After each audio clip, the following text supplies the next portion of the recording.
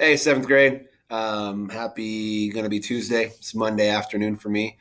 So let's jump right into it. I want to make this a little quicker than normal. So a few announcements, things going on. Just some thoughts from Mrs. Bollinger and myself about how often the student conflicts that we deal with, arguments maybe leading towards fights, whatever it may be, deal with messengers or have messengers play a role. That's when so and so told you that so and so told you that so and so called you a doo doo head.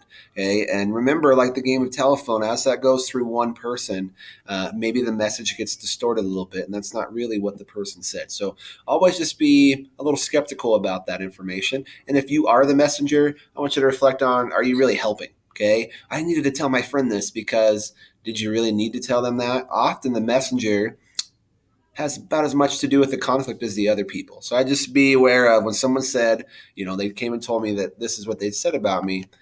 There might be some exaggeration there.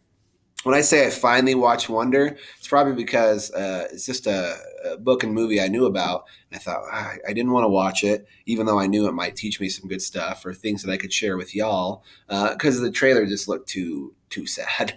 But over the last couple of weeks or so, we've had a chance to watch it in 20, 30-minute increments. And my daughter watched it with me, and then my wife watched it with me as well. It was as good as I thought. Yes, I did cry. But I just wanted to, if you haven't seen it, share the closing thoughts there from the movie. It says, "Be kind." This is one of Mr. Brown, I believe, the teacher's maxims or precepts. Be kind, for everyone is fighting a hard battle, and if you really want to see who people are, all you have to do is look. So I think that goes back to that empathy thing we talk about so often, is when you feel like I can be mean to this person because whatever, they deserve it. You never know what they're going through, and no one deserves that. So I just would be aware of that. And if you're like, well, how do I get to know that person? Look, see what their issues are. Talk to them about it. All right. So great movie, good message. Hey, you never know what people are going through.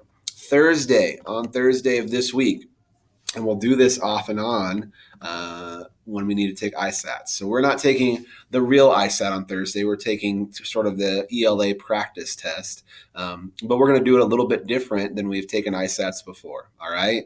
So generally speaking, you're going to start the day in your homeroom, get prepped, eat breakfast, get your headphones and different software things already. Teachers will make sure they have the test all ready to go. Okay, and then you will, by 8:30, take the test with a short break in between. This time will be just in homeroom, pretty much everybody. When we take the ISAT for real, we might split into smaller groups. And then from there, once you take whatever test it is that day, and again on Thursday, it's the interim ELA test for all grades.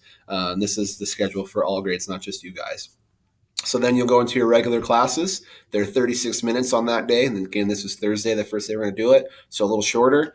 No flex that day. All right. And then that's the end of the day right here, obviously, not right there. So hopefully homeroom teachers can answer any questions. We think this is something that can make ISATs a little less disruptive, actually, instead of taking out whole chunks of time in your ELA or math or science class. So something we were going to try last year, actually, before the pandemic. But hopefully it's worth a shot. So see homeroom teacher or myself with questions about that. Your second step, Unit 3, is all about your thoughts, emotions, and decisions. We're trying to up your not IQ, but EQ, your emotional intelligence quotient. All right. So let's hop over to, I've noticed that my mouth and words are not always synced up. That's got to be annoying when you watch it. Sorry, guys. Talking about unhelpful thoughts, and it's a pretty short one, which I think is great, but it just has you think about some stuff here. And maybe we didn't go over last week. Yeah, let's go over that real fast. That we talked about the progression of things that usually happen. That you feel an emotion, you think a thought, and then you act. Okay. However long this process is, generally lets you know how smart the action is. Okay, if you just feel, do, and you don't think about those things, you're gonna have some problems. Okay, you're kind of instinctual, animalistic in that way.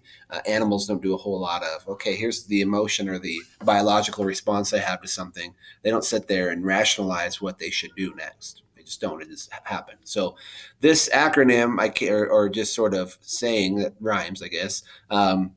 I don't know if I came up with it or saw it, but it's like 2 years old, and it just says, when you're right here and you're in that moment and you're in the think moment, when you need to slow it down, stop, chill, And the feel part is lets you know on the back end, we talked about this with sixth grade recently. Never suppress that emotion. Okay. If someone mistreats you, you're angry, you're sad, you're afraid. We're not saying never have emotions, but we're saying think about this, pause a little bit, chill down, and then you can rationalize and talk about what you need to do. So that actually talks a little bit about what we're doing today. Okay. In this lesson, we'll learn to distinguish, that means tell the difference between helpful and unhelpful thoughts and how they affect our decisions. Helpful for the people around you, but also for yourself. So it asks you, and he says write down. If I was able to teach you in homeroom or even in pod, we'd do some of this with some activities. But I just want you to think. Hopefully you can hear the video and you're paying attention. Maybe you guys can chat about it afterwards. So it says to think about a time that could cause you strong emotions that you may have faced recently. Got in trouble, whether it's at home or at school, you had an argument with a friend or family member, or you lost a sports game. Okay. Could be anything. Did poorly on a test. Okay. So think about that strong emotion situation that you may have experienced recently. So this has you go through that process a little bit and recognizing, saying, hey, this is not really a thought that's helpful. Okay. So in a basketball game against a rival school, against, well, it even says Tigers, like they're almost our Aberdeen rivals. But you know what? I've always thought Aberdeen's not even good enough to be our rivals. So maybe we're talking about Snake River, Marsh Valley, somebody like that. Nothing against Aberdeen, but come on. A player on the opposing team runs into Anthony by accident, knocks him to the ground. To his surprise, the ref calls a foul on Anthony, and the coach pulls him out of the game. I wonder why the coach pulled him out of the game, but Anthony feels sort of double angry. Foul wasn't on me, he thinks, and then the coach takes him out. So likely that there's some anger there, anger, especially in the heat of the moment. So what if Anthony decides to protest his coach's decision by yelling at his referee and coach? Ooh, double bad decision. What thoughts could lead him to make this decision? This is so unfair. This wasn't my fault. Okay, so I wonder, are those helpful or unhelpful thoughts? What if instead Anthony decides to take a few slow breaths and go to the bench? What thoughts could lead him to make this decision? My coach will have my back. Coach and I will take a look at the game tapes later, knowing that bad calls happen sometimes, and you just have to learn to play the next play. Okay, so I think we'll get to reflecting a little bit. Another scenario. For a long time, Nia has been the best tumbler at her gymnastics gym. Now her friend Jasmine, who has been practicing hard, is doing longer and tougher tumbles than Nia. Nia is feeling jealous. What are some helpful and unhelpful thoughts Nia could have in this situation? So if we were in class, they had some sticky notes, and you can put what the thoughts might be in both parts. So let me go back. Not that I wasn't listening to myself. Now Jasmine's a little better. Oh, okay. Or doing harder moves, even though she's been the best for a while. So situation, we talked about it. Nia has been sort of caught in terms of her ability level with one of, I think it was her friend, Jasmine. That's the situation. Strong emotion.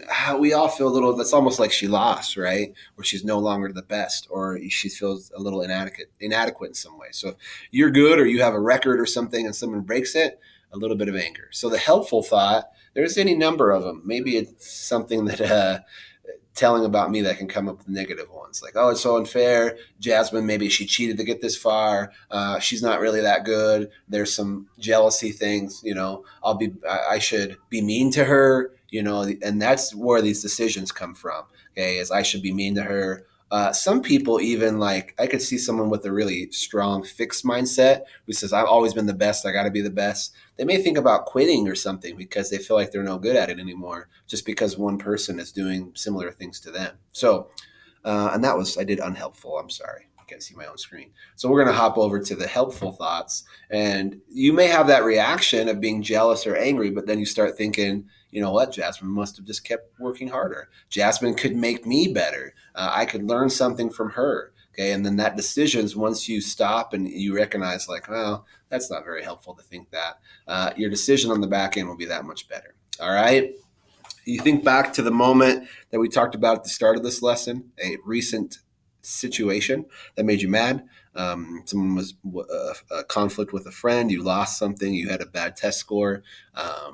And then I wonder what your emotions were afterwards, if they were or your thoughts, if they were helpful or unhelpful. And then what did you do because of those things? All right. And those unhelpful thoughts are going to cause some harm to you, to some people around you. So recognize those, get rid of them, and try to out with the bad and in with the good in terms of the helpful thoughts. I like this quote. We've had some posters at the school that say something similar. I can't remember the actual source. I believe some type of old Native American statement, actually, but now it's just on this poster. So it says speak, which is a form of action, but I said think before you speak or do. Is it true? Is it helpful? Is it important? Is it necessary? Is it kind? Yeah, is this going to make the situation worse? Somebody does something to you as a friend. Is sending a nasty text really going to help anything? Some people might think that instant gratification will make me feel better for a second, but once your strong emotions wear off, you usually feel pretty bad about that stuff. All right, so think. Okay, recognize your emotions. This is strong. That's fine.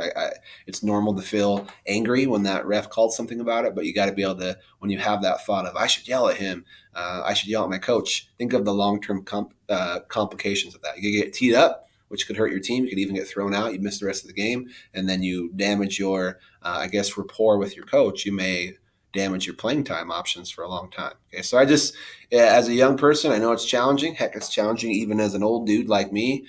But we have to say and get rid of, hey, those thoughts are unhelpful, and focus on what's going to be a little bit more constructive in terms of your